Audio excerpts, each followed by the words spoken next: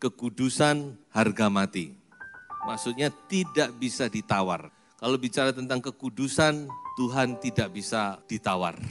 Mengapa? Karena kekudusan ini adalah karakter Allah yang tidak bisa berubah. Dia adalah Allah yang kudus, bahkan dia adalah Allah yang maha kudus. Sebab itu bicara kekudusan, maka itu harga mati. Mari kita baca ayatnya terlebih dahulu dalam 1 Petrus pasal 1 ayat 15 dan ayat yang ke-16. Tetapi hendaklah kamu menjadi kudus di dalam seluruh hidupmu, sama seperti Dia yang kudus yang telah memanggil kamu, sebab ada tertulis, kuduslah kamu sebab aku kudus. Kuduslah kamu sebab aku kudus, itu adalah tema utama dari kitab Imamat. Jadi saudara-saudara, jelas di sini bahwa Tuhan menghendaki kita sebagai umat-umat yang dipanggil olehnya untuk menjadi kudus. Dan ini tidak bisa ditawar, tidak ada kompromi bagi Tuhan. Makanya saya katakan kekudusan itu harga mati. Tapi saudara juga jangan takut, karena Tuhan akan menolong kita. Dia sedang menguduskan kita. Nah saudara-saudara, sebelum saya beranjak lebih jauh, saya mau katakan mengapa Tuhan katakan kita harus menjadi kudus. Ada 3 alasan utama dari Tuhan. Alasan yang pertama yaitu sebab kita, saudara dan saya, kita adalah umatnya. Kita adalah anak-anaknya. Dia adalah Allah kita. Kita adalah umatnya. Dia adalah Bapak kita adalah anak-anaknya. Sebab itu kita harus kudus. Kita memiliki DNA-nya Allah. Ketika kita lahir baru, kita mendapat DNA yang baru, yaitu DNA-nya Allah, yang kudus itu. Nah, coba saudara lihat ya, yang punya anak, kalau anaknya lahir pasti mirip orang tuanya pokoknya saudara ya. Itu tidak bisa tidak. Nah inilah alasan pertama. Ya, makanya dikatakan, kuduslah kamu sebab aku, Bapakmu, aku, Allahmu, kudus. Jadi ini alasan yang cukup kuat bagi kita, kenapa kita harus kudus. Kepada orang lain, kepada orang yang tidak percaya, tentu Allah tidak akan ngomong begini, saudara ya. Kuduslah kamu sebab aku kudus, sebab tidak ada sangkut pautnya. Tapi kepada saudara dan saya, sebagai umatnya, sebagai hamba-hambanya, sebagai anak-anaknya, yang melayani Allah yang kudus, maka Tuhan bilang, kamu juga harus kudus. Ini alasan pertama, saudara. Alasan kedua, firman Tuhan berkata di dalam Ibrani pasal 12 ayat 14, tanpa kekudusan kamu tidak bisa melihat Allah. Jadi saudara-saudara, kalau melihat saja nggak bisa, bagaimana kita mau bisa tinggal bersama dengan Allah di dalam kekekalan, di dalam kemuliaan, melihat saja nggak bisa, nggak mungkin. Jelas ini firman berkata, tanpa kekudusan kamu tidak akan bisa melihat Allah. Karena Allah itu Allah yang kudus. Sebab itu kita juga harus di dalam kekudusan. Baru bisa ketemu dengan Allah, saudara. Dan baru kita nanti bisa masuk dalam kekekalan di kota Yerusalem yang baru. Sebab itu kalau saudara baca di Wahyu pasal 21 ayat yang ke-27. Dikatakan segala sesuatu yang najis tidak akan bisa masuk. Tidak akan ada, tidak akan mendapat bagian di dalam kota Yerusalem yang baru itu. Ini alasan yang kedua. Dan sekarang kita masuk pada alasan yang ketiga. Kenapa kita harus kudus? Kekudusan atau kita yang dalam proses kekudusan ini atau dikuduskan, kita ini ada di dalam jalurnya Allah. Jadi saudara-saudara, kalau kita ada di dalam jalur on the track, maka seharusnya, seyogianya, maka hidup kita ini akan semakin hari semakin kudus. Inilah yang sedang Allah lakukan. Perhatikan ini, proses ini. Jadi pertama kita diselamatkan, kita menerima keselamatan namanya salvation. Kita selamat, apa selamat lalu masuk surga? Ya kalau kita selamat langsung mati ya masuk surga. Ceritanya kayak penjahat yang disalib di sebelahnya Tuhan Yesus ya. Selamat, dia percaya Yesus, Yesus bilang hari ini juga engkau ada di dalam Firdaus. Siapa yang mau gitu saudara? Tidak ada ya. Kita masih mau hidup ya. Nah untuk itu maka kita harus melewati proses yang namanya sanctification. Sanctification ini yaitu kita dikuduskan terus, sampai kepada kita menjadi gereja yang mulia, glorification. Nah inilah proses yang sedang Allah lakukan dalam kehidupan orang percaya, dalam kehidupan gerejanya. Kita terus dikuduskan sampai kita mulia, sampai kita sempurna oleh pekerjaan Roh Kudus dan firman Allah. Nah itu yang dikatakan oleh Wahyu 22 ayat 11. Barang siapa yang berbuat jahat, biarlah ia terus berbuat jahat. Barang siapa yang cemar, biarlah ia terus cemar. Dan barang siapa yang benar, biarlah ia terus berbuat kebenaran. Barang siapa yang kudus, biarlah ia terus menguduskan dirinya. Jadi ada dua proses yang sedang berjalan dan semakin melebar ini. Dikatakan yang jahat semakin jahat, yang gak benar semakin gak benar, yang cemar semakin cemar. Tapi orang benar semakin benar. Orang yang kudus semakin menguduskan diri, semakin dikuduskan oleh Tuhan. Itulah sebabnya ketika kita berjalan di dalam kekudusan dan kita ikuti Tuhan, kita taat, kita dibentuk oleh firman Tuhan, kita makin hari makin berkenan kepada Tuhan, makin benar. Berarti kita ini on the track, ada dalam jalur itu. Kalau tidak demikian berarti kita keluar jalur. Ayo kembali lagi, ya enggak apa-apa. Namanya orang ya, manusia kadang-kadang keluar jalur. Mas enggak apa-apa, ayo masuk lagi ke jalur. Jalan lagi saudara-saudara. Nah itulah sebabnya alasan ini yang membuat kita harus kudus. Yang membuat kekudusan itu adalah harga mati. Sebelum saya beranjak lebih jauh, saya ingin jelaskan dulu pengertian kudus. Mungkin saudara punya banyak pengertian tentang kudus ya. Kalau bicara tentang kudus, saudara bicara tentang orang suci, tentang orang yang mungkin petapa-petapa, orang-orang yang dibiara-biara, dan seterusnya. Mungkin saudara bicara orang yang tidak menikah, wah itu kudus itu. Belum tentu saudara ya.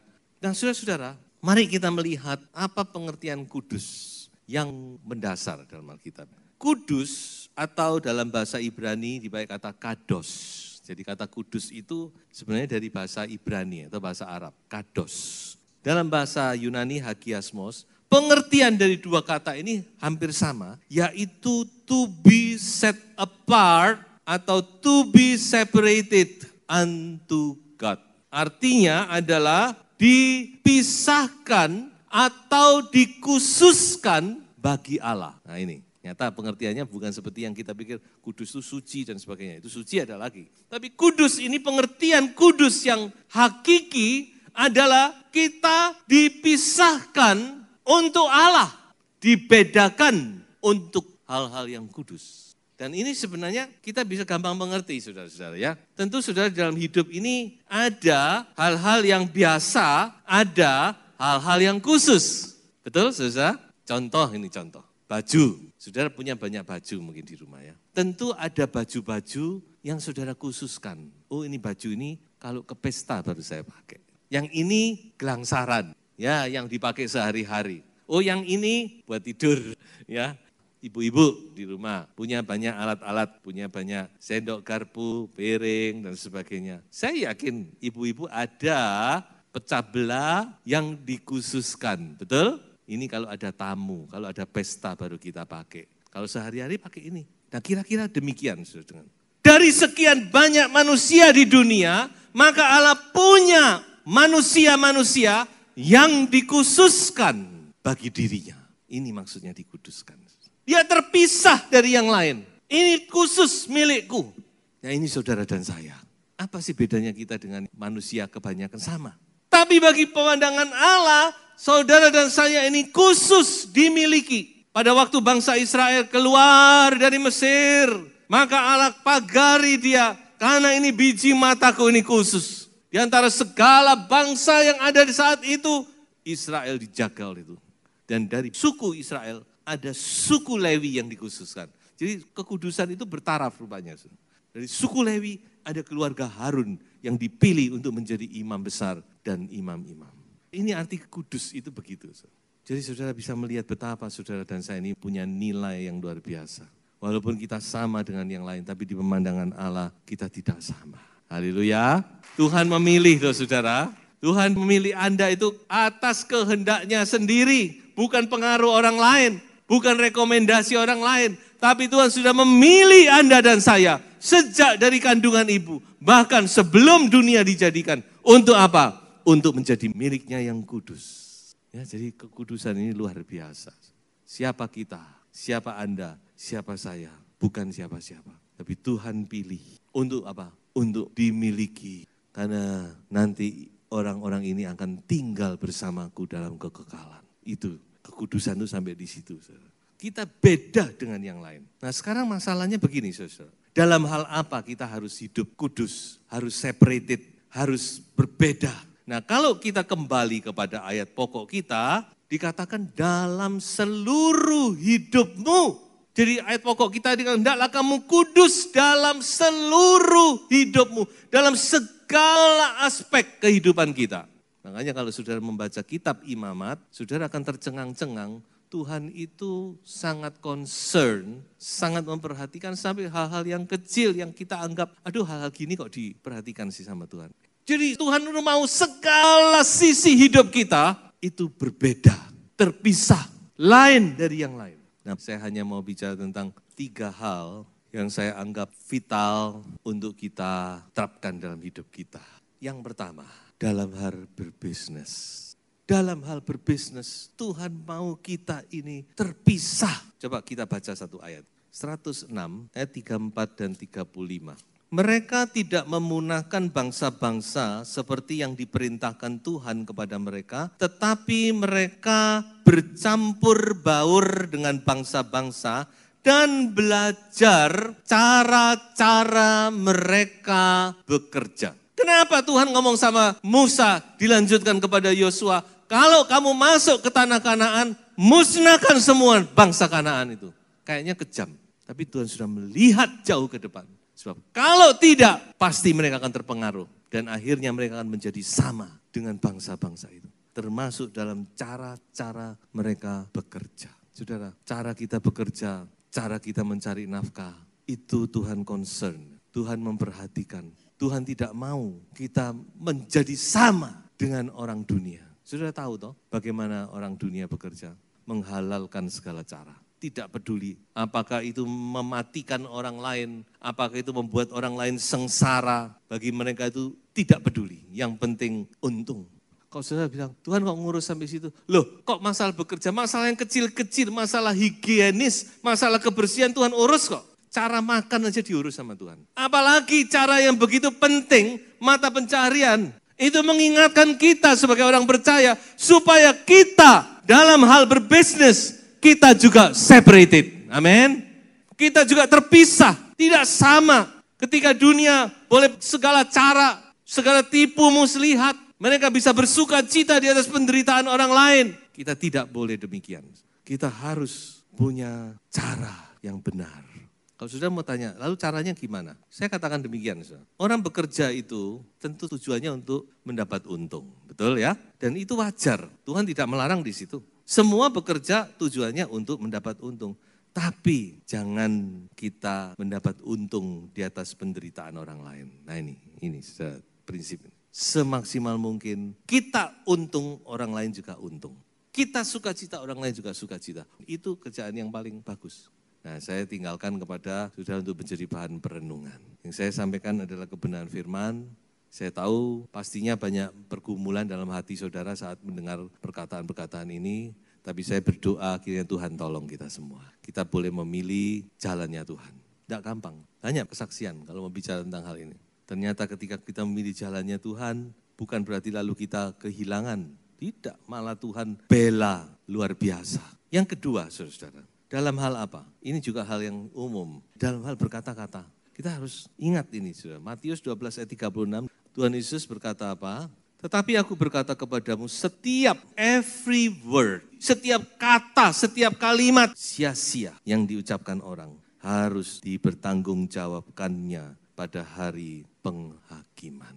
Ya kita memang belum sempurna, kita masih banyak salah dalam perkataan, kadang-kadang kita tanpa sengaja kita menyinggung orang lain, perkataan kita menyakiti hati orang lain. Tapi mari sebagai orang percaya kita mau belajar supaya perkataan kita ini terukur. Coba kita mulai belajar. Ada 2 ayat lagi yang ingin saya sampaikan. Yakobus pasal 1 ayat 19 dan ayat yang ke-20. Hai saudara-saudara yang kukasihi, ingatlah hal ini. Setiap orang hendaklah cepat untuk mendengar, tetapi lambat untuk berkata-kata dan juga lambat untuk marah, sebab amarah manusia tidak mengerjakan kebenaran di hadapan Allah.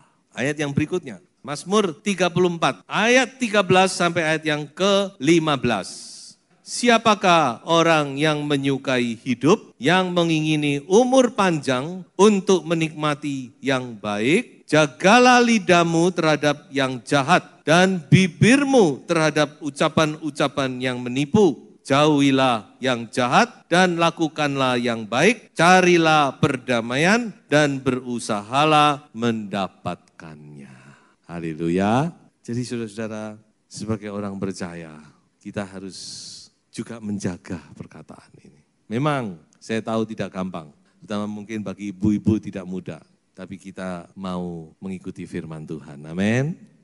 Dan yang terakhir, dalam entertainment, dalam mencari hiburan. Sebagai manusia tentunya kita butuh entertainment, kita butuh hiburan. Setelah bekerja kita ingin santai, kita ingin menikmati sesuatu untuk menghibur. Tapi itu pun harus dijaga. Jangan sampai kita lengah. Seringkali iblis masuknya lewat sini, entertainment. Apalagi dengan adanya HP, dengan adanya macam-macam, kita bisa mengakses dengan mudah. Nah ini saudara, saya mau pesankan, ayo kita juga jaga. Harus kita jaga. Kita harus paksa diri kita untuk menjadi benar. Kalau kita tidak sempurna mau kapan lagi? Kita tidak mau hanya berputar-putar di padang gurun, lalu kita mati di sana. Tapi kita mau masuk kepada Kanaan. Kanaan berbicara tentang kesempurnaan. Tuhan tolong saudara dan saya semua. Sebagai kesimpulan dari khotbah ini, saya akan bacakan di dalam Ibrani 12 ayat 14. Berusahalah hidup damai dengan semua orang dan kejarlah kekudusan. Sebab tanpa kekudusan tidak seorang pun akan melihat Tuhan. Silakan Anda mengejar karir, mengejar segala sesuatu. Tapi yang paling utama yang harus kita kejar adalah kekudusan. Tuhan Yesus memberkati.